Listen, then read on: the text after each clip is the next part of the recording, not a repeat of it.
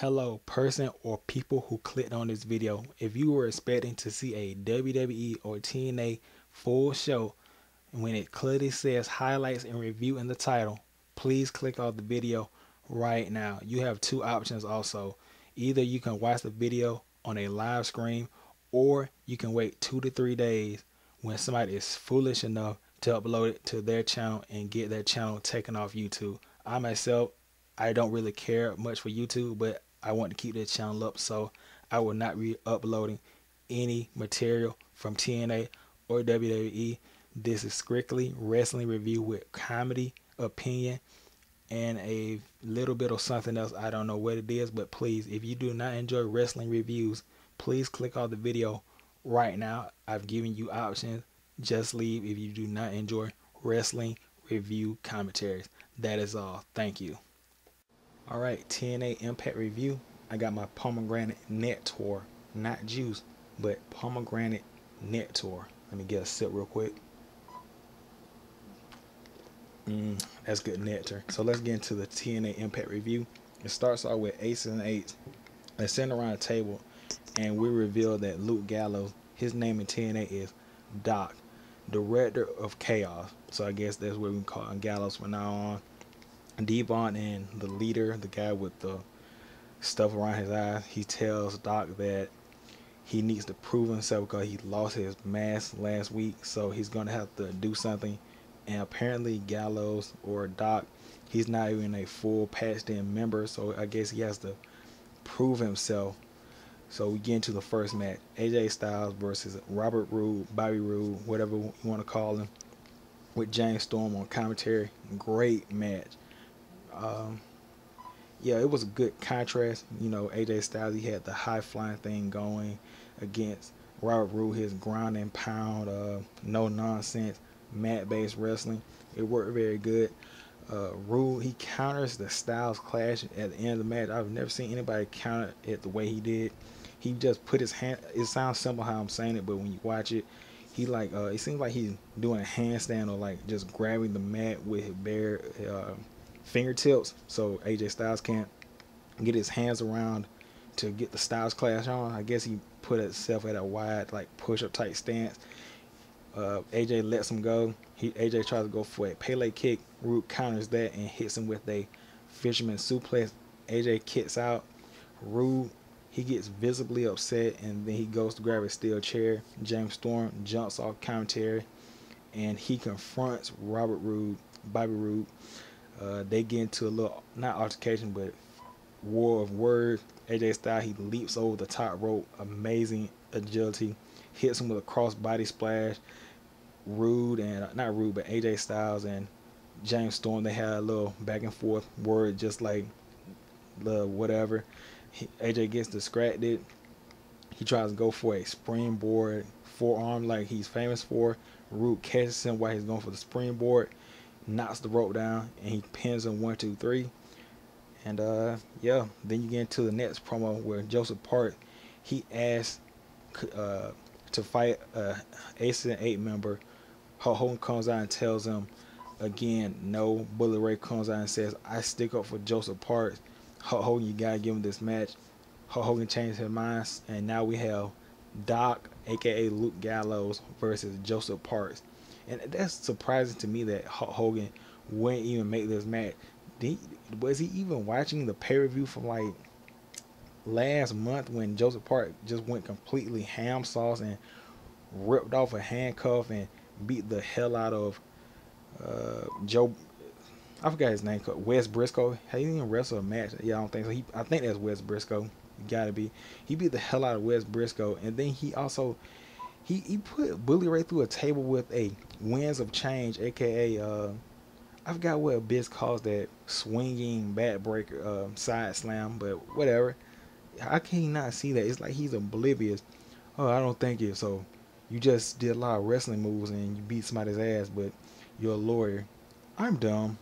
So let's get into the next match. ODB challenges Tara and Jesse. And let me just put this clearly. ODB makes shit on in the dictionary on these people.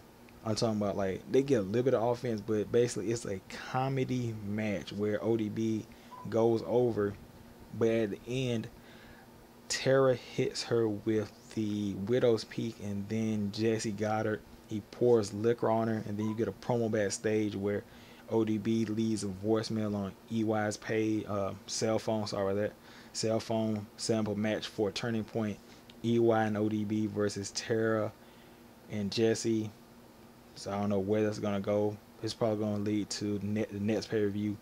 Tara and ODB having to fight for the women's title, knockouts title, whatever. Then you get Angle and Sting versus Doc and Devon. Should I just say Luke Gallows? Should I? Doc, you guys kind of get that. Doc, director of Chaos, is Luke Gallows. So I can't say Gallows. I'm gonna start saying Gallows because it sounds like whatever. So the Aces and Eight, they control this match through a series of frequent tags in and out, keeping Sting centered or cutting off half of the ring. Sting, he does manage to get over to Kurt Angle, and Kurt Angle, he just completely explodes on Devon and Gallows. When he German suplex Gallows, it was just like, oh yeah, this Kurt Angle is getting old man strong. If you don't know what that is, you probably don't have a granddad, but you know what I'm talking about when I say old man strong, because like Gallows, he's probably like 370, 6'8". He lifted him up like he was a little baby. Like, yeah, damn. Uh, he's about to. I'm sorry about that. I kind of like wrote this down, as you can tell. Devon, he's about to get hit. He's about to get pinned, and he grabs a bat and he hits both Sting and Kurt Angle with the bat. Bully Ray comes out, chases him off. Sting, he tries to powerbomb Luke Gallows. Really, Sting, you're trying to powerbomb Luke Gallows through a table? Come on, son. Really? And as he's struggling to pick him up, the Ace and Eight members come out to help out Gallows. Sting gets hit in the back of the head with a ball-peen hammer. Gallows, he takes the hammer and he completely destroys Sting's hands, face, back. Just brutal stuff. I'm talking about. Is this stuff you wouldn't see in WWE because of that PG rating? But I mean, he wasn't hitting them, but he made it. Sting sold the move, and Gallows, he made the hits seem believable. That's all I'm gonna say. And hopefully, I don't want to say this, but maybe this is what we need from TNA to get Sting out of here, so some of the younger talent can move ahead. I'm just saying. Then you get the gut check, Christian York, and he got a TNA contract, but again, will we see him on TV? Guy looks like he's ready for TV, but will they put him on TV? I think like some other guys, they got accepted, yes, but where have they been? So I'll believe this when I see it. I mean, they got a guy with great talent, but will they use him? Then you get Madness Daniels and Kazarian versus Joe Madness and Joe Chavo and Supermax. And Daniels, he gets I think he gets Chavo down with a snap suplex or something like that, and then he hits the open Gundam style. That I'm just, yes, I'm gonna say this right now. Daniels and Cass, they need these belts. I don't know what TNA was thinking making Chavo and Supermax a tag team. Why are they so afraid to put Supermax into the heavyweight division and make him like a main event? They need more main event stars.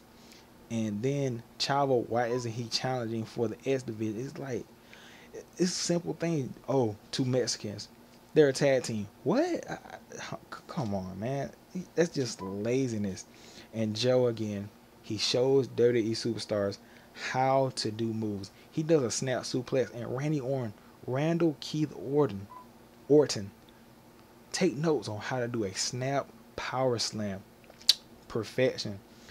And like I said, watching Supermax, why is he in the main event? Then I got to see but Cass and Daniel's new tag team finisher. They're a tag team. They have a tag team finisher. Oh my God. It's like they're a tag team. It's like a tag team with a tag team finisher that they do together. A high-low. Even though it's not original, but still.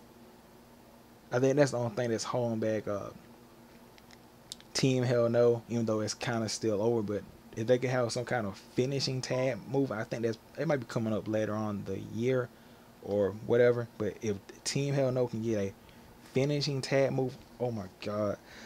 So they hit Chavo, not Chavo, but Joe with the high low after he tries to put Daniels in a chokehold. Daniels hits him with a jawbreaker, and then they hit the high low. Madness, he's already positioned on the top rope after Joe tries to put him in the muscle buster, but whatever, he fails.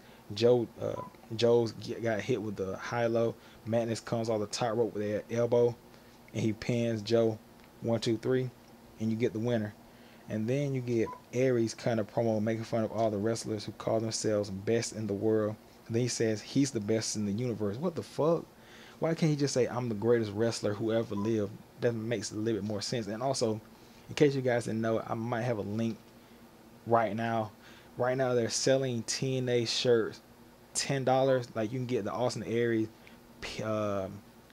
double triangle whatever greatest man who ever lived shirt for like $10. I mean, that's pretty cool. And then you also get the Selfish Generation t-shirt for $5. They got a lot of t-shirts for $5, and they're not like crappy t-shirts. I'm going to get two. I'm probably going to get that Selfish Generation and the greatest man who ever lived shirt. It's black and pink, but I think I can pull it off. I just think I can. Don't judge me. He calls out hard. Oh yeah, before that, he has the crowd. The crowd keeps saying what. He has the best response I've ever seen to the what chant.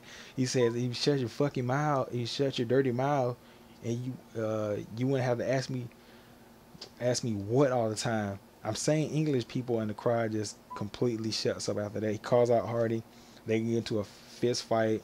Hardy blocks the brain buster, and then Aries blocks the twist of fate. Hardy, he climbs the ladder that's in the ring. He puts both of the belts up, and he poses. Aries kicks the ladder down, bam, and then he puts the ladder on top of Jeff Hardy's neck or upper body, and then he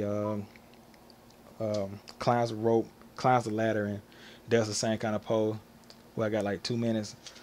Let me run out these matches for the TNA pay-per-view. Hardy versus Aries. Aries has got the win. Cass Daniels versus Chavo. Cass and Daniels. Doc versus Park. I think Doc needs to win. AJ Styles versus Storm and Rude. I think AJ Styles is going to win this match. Joe versus Madness. Ryan versus RVD. Too tough to call. But if I had to go with one, I say RVD. RVD, he just doesn't job out or give anybody else any shine at a pay-per-view. And I doubt he would give it to Ryan if he didn't do it for Zema Ion. Devon versus Angle.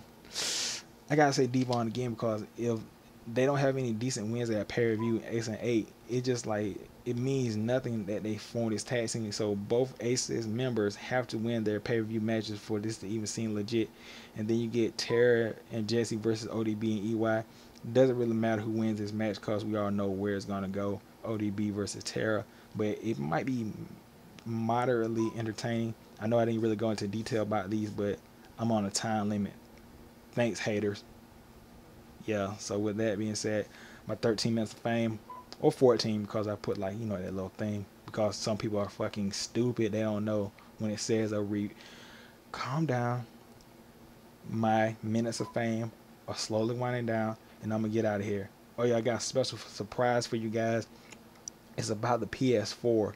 Yeah, I got special information on the PS4. I'll see you guys tomorrow or a little bit later on in the day. See you guys later. Peace.